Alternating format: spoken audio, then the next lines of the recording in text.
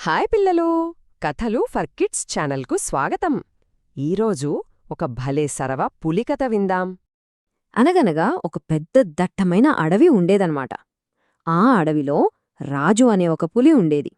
ఇప్పుడు పులి అనగానే మనకేం గుర్తొస్తుంది? గట్టిగా గర్జిస్తుంది, జంతువుల్ని వేటాడుతుంది కదా. కాని మన రాజు పులి మాత్రం అస్సలలాంటిది కాదు. తను చాలా అంటే చాలా స్పెషల్. ఎందుకో తెలుసా మీకు? మన రాజు పులికి రక్తం కనిపిస్తే చాలు, అంతే, కళ్ళు తిరిగి కింద పడిపోతాడు. అవును, నిజంగా. కాని అదే ఎక్కడైనా వేడివేడి సాంబార్ వాసనొచ్చిందనుకోండి, అబ్బబ్బబ్బా, నోట్లో నీళ్లూరిపోతాయి. రాజుకి జీవితంలో ఒకటే ఒక పెద్ద కల ఉండేది. ఏంటంటే అడవిలో ఒక మంచి టిఫిన్ సెంటర్ పెట్టాలని. సరే, ఒకరోజేమైందంటే కొన్ని జింకలు చాలా ప్రశాంతంగా గడ్డిమేస్తున్నాయి. అప్పుడే ఒక్కసారిగా పొదల చాటునుంచి మన రాజు గభాలున బయటికి దూకాడు. అంతే, పాపం ఆ జింకలకి గుండెలు జారిపోయాయి. అమ్మో, పులి వచ్చేసింది, పారిపోండి పారిపోండి అని అరుస్తూ అటు ఇటు చెల్లచెదురుగా పరుగెత్తడం మొదలుపెట్టాయి. అప్పుడు రాజు వాటి వెనకే పరుగెడుతూ, ఆగండి ఆగండి, అయ్యో ఆగండమ్మా, భయపడకండి, నేను మిమ్మల్ని తినడానికి రాలేదు. మీ దగ్గర ఏమైనా కొబ్బరి చిప్పలు దొరుకుతాయా? చట్నీ చేసుకుందామని అని అడిగాడు. ఆ మాట వినగానే పరుగెడుతున్న జింకలన్నీ సడన్గా బ్రేక్లు వేసినట్టు ఆగిపోయి ఆశ్చర్యంగా రాజువైపు చూడ్డం మొదలుపెట్టాయి. ఇక కొన్నాళ్లకే అడవి మధ్యలో ఒక రంగురంగుల టెంటు, దాని ముందొక పెద్ద బోర్డు. ఆ బోర్డుమీద ఏమని రాసియుందంటే, రాజుబాయ్ హోటల్, ఇక్కడ వేడివేడి ఇడ్లీ, కరకరలాడే దోశలు దొరుకుతాయి. అంతేకాదు, స్పెషల్ ఆఫర్, జింకలకు 10% డిస్కౌంట్ కూడా ఉందట. లోపల చూస్తే ఒక పెద్ద షెఫ్లాగా తెల్ల టోపీ, యాప్రాన్ వేసుకుని మన రాజే స్వయంగా దోశలు వేస్తున్నాడు. తన పెద్ద పంజాతో పిండిని పెనంమీద గుండ్రంగా అలా తిప్పుతూ ఆ దోశను గాల్లోకి ఎగరేసి టప్పని పల్టి కొట్టిస్తుంటే, అబ్బో, చూడ్డానికి 2 కళ్ళు సరిపోలేదు తెలుసా. మొదటగా ఒక చిన్న కుందేలు చాలా భయంగా వచ్చింది. వచ్చి ఒక ప్లేట్ ఇడ్లీ అని అడిగింది.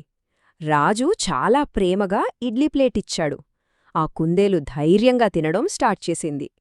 ఇంకేముంది, ఆ సీన్ చూసి మిగతా జంతువులన్నింటికీ ధైర్యమొచ్చేసింది. అన్ని ప్లేట్లు పట్టుకుని పెద్ద క్యూ కట్టేశాయి. రాజుభాయ్ హోటల్ జంతువుల నవ్వులతో కబుర్లతో కళకళలాడిపోతోంది. అందరూ హాయిగా టిఫిన్ చేస్తున్నారు. సరిగ్గా అదే టైంలో గుర్రర్ అంటూ అడవి మొత్తం దద్దరిల్లేలా ఒక పెద్ద గర్జన. అందరూ ఉలిక్కిపడ్డారు. ఎవరొచ్చరో తెలుసా? అడవికి రాజైన ముసలయ్య సింహం. ఆ సింహాన్ని చూడగానే అంతే, జంతువులన్నీ పారిపోయాయి. ముసలయ్య సింహం కోపంగా రాజు దగ్గరికొచ్చింది.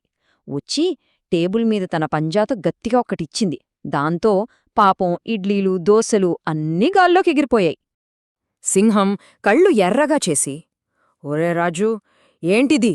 మాంసం తినే మన జాతి పరువు మొత్తం తీస్తున్నావా? అసలీ పిండి వంటల్లో ఏముంటుందిలా రుచి అని గట్టిగా అరిచింది. పాపం రాజుకి గొంతు వణికిపోతోంది.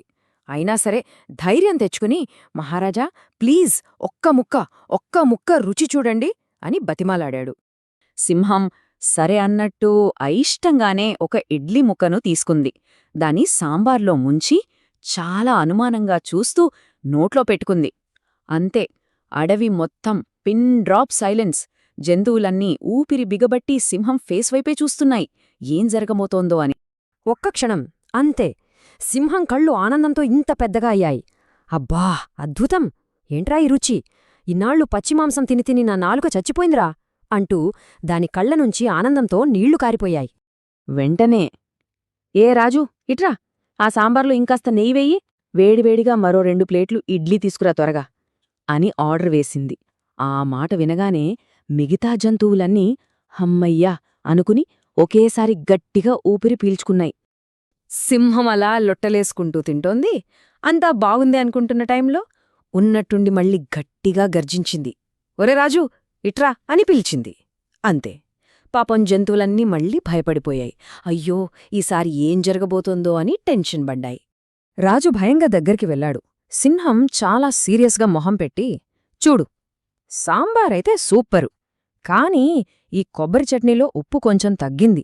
సరిగ్గా చెయ్యి, లేకపోతే నేను వడలాగా నమిలేస్తా, జాగ్రత్త అని చెప్పి కన్నుగీటి గట్టిగా నవ్వింది. అప్పుడు రాజు కూడా హాయిగా నవ్వేసి, క్షమించండి మహారాజా అన్నాడు. ఇక ఆ రోజునుంచి ఆ అడవి మొత్తం మారిపోయింది. వేటాడే జంతువులు, పారిపోయే జంతువులు అనే తేడానే లేదు. అన్నీ కలిసి స్నేహంగా ఒకే దగ్గర కూర్చుని టిఫిన్ చేయడం మొదలుపెట్టాయి. మన రాజు ఏమో అడవిలోనే నంబర్ 1 షెఫ్ అయిపోయాడు.